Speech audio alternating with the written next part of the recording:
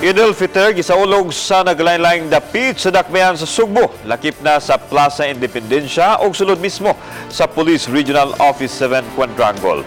Ano ang report? Allahu Akbar.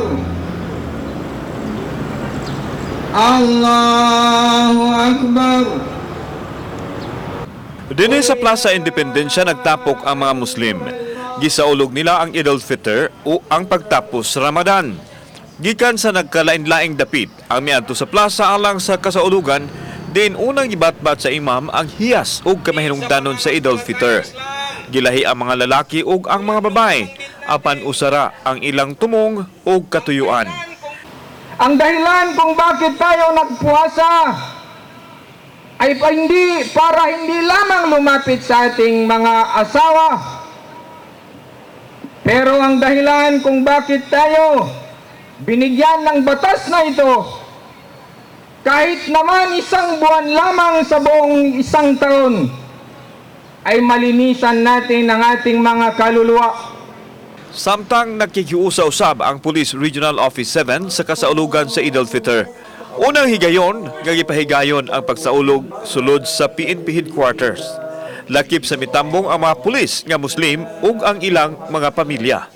Bukas usab sa mga Muslim nga miadto sa PRO 7. Matod ni Police Brigadier General Dibold Sinas nga kiniisip paghatag og importansya sa mga Muslim brothers nga katambayayong sa mga programa sa kapulisan.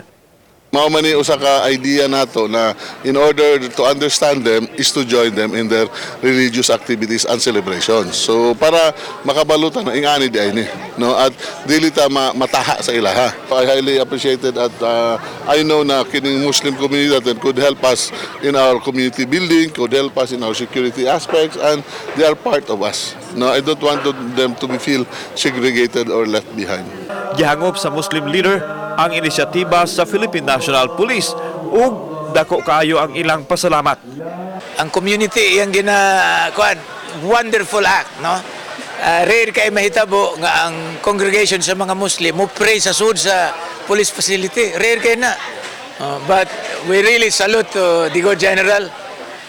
He has a very good strategy in bringing the community towards the police. Sentro sa pag-ampo nila ang pag-angkon sa hingpit nga kalinaw nga maoy gimithi sa mga Muslim. We're praying for world peace. We're praying for the unity of the world because ang atong kalibutan until now naapay mga individuals nga kana bang lahi jud sila og panlantaw. Naay mga racist kayo nga tao, naay mga tao nga ang ilang pagtuo sila ray tarong. Human sa pag-ampo, gisunodayon ang salo-salo nga giandam sa kapulisan alang sa mga mitambong sa Idul Fitr. Kauban si John Solon, ako si Alan Domingo. Balitang Bisdak.